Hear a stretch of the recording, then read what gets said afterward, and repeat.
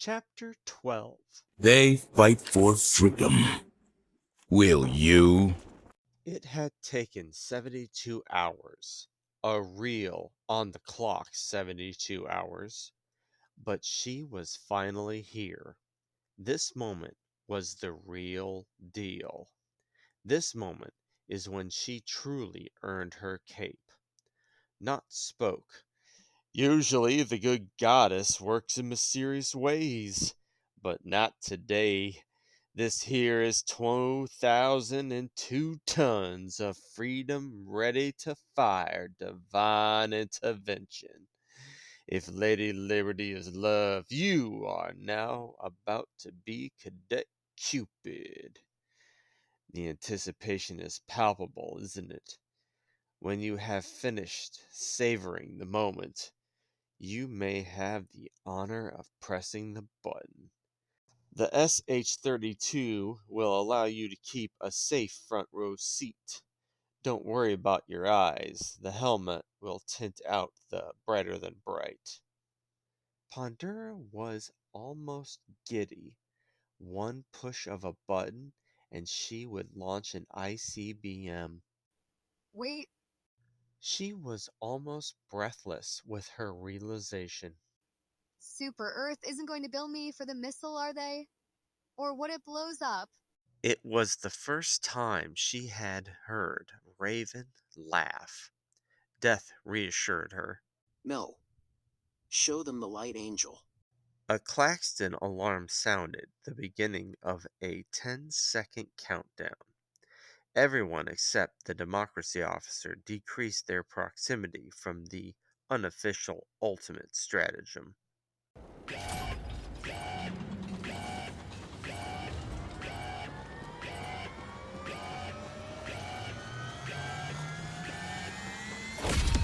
Freedom marches onward. Thanks to you.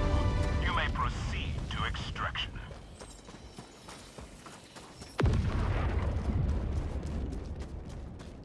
Rare sample acquired.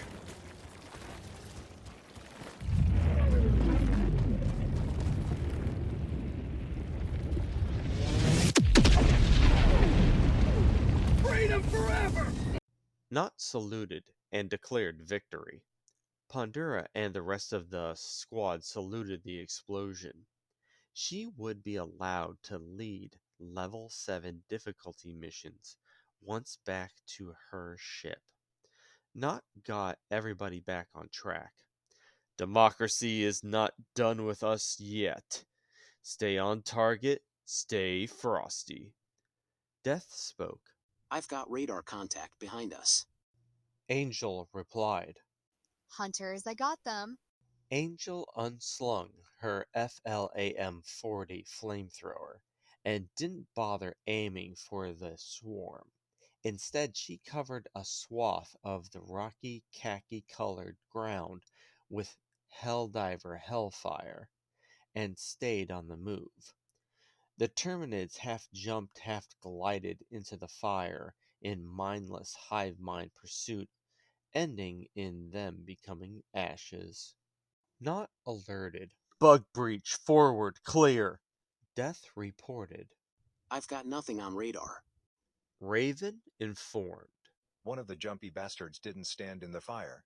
Angel questioned. Can we outrun them? Raven said. They'll smell they're dead and follow our tracks from that. Not translated. It's not an if, but a when they catch up. Extraction signal will bring them anyway. They had all lost the stamina to run at that moment.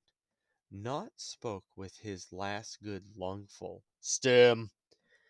They all did so, despite not being injured. Stamina rushed into their veins, and their pace redoubled. The extraction site had a building almost in the middle of it, with the extraction beacon between that and 3 boulders. The center one, almost like stairs, had been carved into it. Maybe it had. As they approached the side without the beacon, Raven coded in for an A/ARC-3 Tesla tower stratagem and then tossed it behind his back like it was a wad of paper. Raven gave a just so you know tone. Dropping an electric fence without defense. That side of the extraction was now an indiscriminate kill zone. At the beginning of the mission, Knot had placed a resupply at the base of the climbable center boulder and an EMG-101 HMG emplacement at the top of it. Knot repeated the extraction formation that he had already gone over space-side. Angel, take samples. Prep for cooking the choke points. Death, the gun. Raven, high ground. Knot dropped his sample container, and the others created a pile for Angel to combine while Knot coded in extraction. Knot had insisted if she was going to use the Flam 40, she needed an SH-32 shield generator pack to safely get that close to the enemy. Since she didn't have the rank clearance to use one yet, she traded a guard dog stratagem with Knot to safely burn bugs behind a shield. That also made her the safest place to hold the 32 samples they had acquired. When Angel looked up, Death was scanning for targets on the emplacement gun, and Raven was crouched atop one of the previously believed unclimbable boulders behind her. He updated. They're heading toward Death's side. If I kill one now, they'll change direction to the tower. Knot didn't hesitate. Heard the herd. Fire. A round rang out, and far off a high-pitched death squeal sounded. Raven confirmed success. Freedom has a nice ring to it. And a bit of recoil. Knot pointed for Angel to watch that area's access point. Short seconds later, a crackling sound kept killing terminids. Death stated the extraction time. 1.5. A light thumping sound started to grow louder from the north. Death called out. Big red radar. Raven swiveled his scope, but didn't get the warning out in time. The building was rent asunder, flying away in all directions from the ancient rhinoceros-looking terminid. Knot dove to the side, despite not actually being in the stampeding terminid's path. While in mid-air, he threw and stuck a G123 thermite grenade to the bug's back leg. The charger began climbing the boulder to crush Death's lover. He abandoned the EMG-101 and dived off the small summit, slightly injuring his left arm. The charger destroyed the emplacement, ramping off the granite rock, and landed below unharmed. Death, still prone, rolled to a kneeling position and began charging up his LAS-99 quasar cannon. At the same moment, Raven pulled the pin on a G-23 stun grenade and tossed it under the charger. An electrical shock stopped the bulky bug dead in its track. The thermite grenade detonated, shattering the charger's back leg armor. Death's cannon reached maximum charge and fired automatically, vaporizing the creature's leg off and continuing into its unarmored rear, destroying that as well. Gallons upon gallons of thick green future biofuel bled out of the downed insect tank. A greenish-yellow fog silently rolled in. Nobody noticed a nursing spewer had tiptoed behind Angel. A wash of acidic stomach fluid poured out and over her shield. She turned, leveling her AR-61 tenderizer with a righteous fury. Oh, you did not spew that green Slurpee at me. Half a magazine later, the hot air balloon-like tick popped. There was a moment of silence, an electrical calm before the storm. Then the mild earthquake began. Not checked the radar and saw nothing but red. Put in your butt plugs, shit's about to drop. The horror of man's insignificance made manifest rose as though out of the grave of forgotten fear. Two bile titans, worthy of their name in size, had ascended out of the dark hell of this world to kill citizens of Super Earth. The resupply wasn't close to anyone. Death's Laz 99 was still cooling down. Raven didn't have the right angle for a shot. Angel's shield was borderline spent, and she would have to get close to burn the bug down. Knott had just tossed his last thermite, and his commando was only half loaded. Monstrous mountains from out of the closet of a colossus roared battle cries. The timer had 30 seconds left till extraction arrived. Knott spoke with the resolve of Duke Raven and the determination of Death's lover. Warm it all up! Everything you've got! Death was the closest. He leapt to his feet and threw 2 impact grenades at the chest of the first Titan. The underbelly stomach sac exploded, raining down the Titan's internal fluids, rendering it incapable of relching anything up as a liquid weapon. Knott had the same idea, shooting his remaining commando rockets into the second monstrous insect's chest. The smell alone might have been able to permanently damage human lungs. Death still had the attention of the Titan on the right. He ran and did evasive maneuvers between the stabbing blades of the Insectosaurus. Raven radioed. Death, hold position. Death let out several pejorative words over being the bait. The radio called out twice. Calling an orbital strike.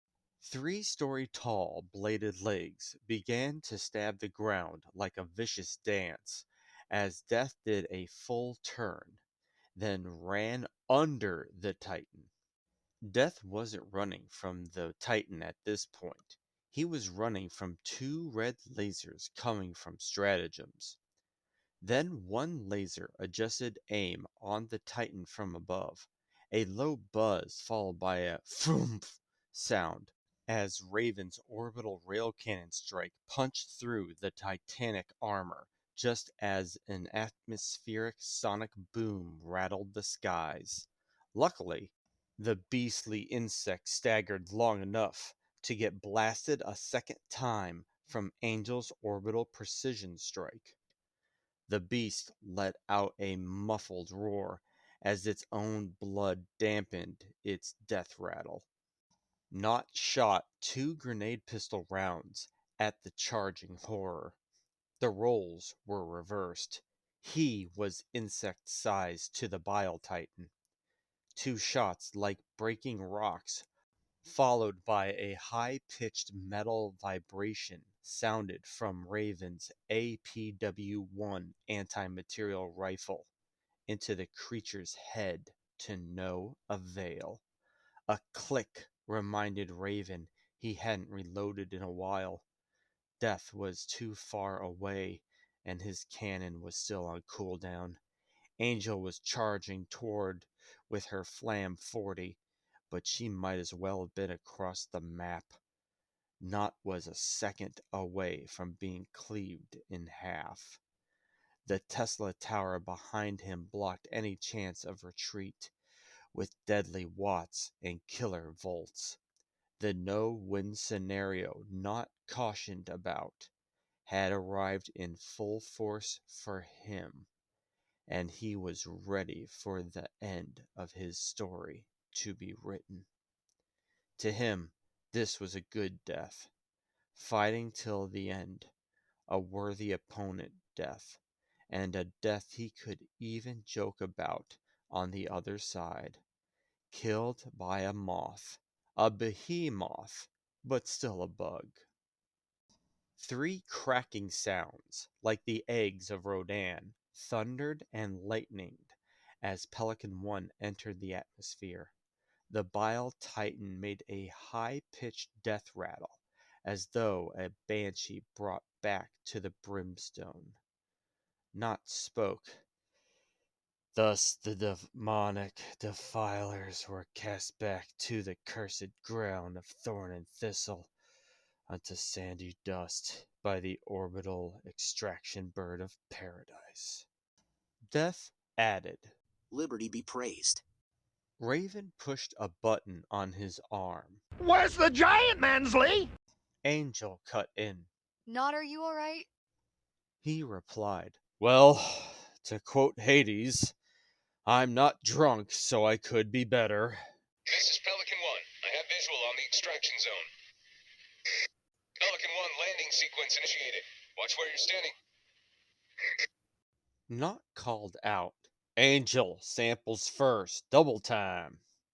Not covered the other 2 as they got in, making himself the last to leave. Extraction complete. Pelican 1 beginning ascent. Not looked to Raven. Does this mean you're going to thank Frank for saving our hides? Last I checked, this is a thankless job. That's all he did, his job. Not silently smirked, and they all checked their data pads. Seeing their mission graded was a form of proof they had made a difference. Angel broke the silence. Guys, They all looked to her. I pulled up and filled out the paperwork so you and your 2 other friends can formally request to be listed as a Helldiver division. They each had the signature paper appear on their screens. Off on another world, the same data sheet waited on Hades and Makat's datapads. Death spoke. Thanks, Angel. We can think up a name later. This is your celebration time. Not interrupted. That's right. Party Pelican time. Democracy Doloritos, Liberty Lazies, Justice Jerky, Patriot Peanuts, Freedom Funyuns, and we'll wash it down with Helldiver Hooch, Long Island Liberty, and wartime whiskey. Angel took off her helmet and smiled. Thanks, but no. Save that for a real liberation victory. I've got to get the ball rolling on submitting my radio broadcast idea to the Ministry of Truth. I've learned so much in that combat experience, along with keeping Helldivers informed of the current state of this unofficial galactic war needs to happen. Democracy officers hold a lot of information they don't share and should. One Helldiver could message me and I could tell everybody by audio. We don't all have time to stop and read the war map messages. In fact, one of my first observations was that a Helldiver could be illiterate and still kick butt. Raven replied. We'll always have a place open waiting for your return. They each spoke their farewell in turn. Liberty light your path. Liberty light your path. Liberty light your path. With the hellfire of freedom,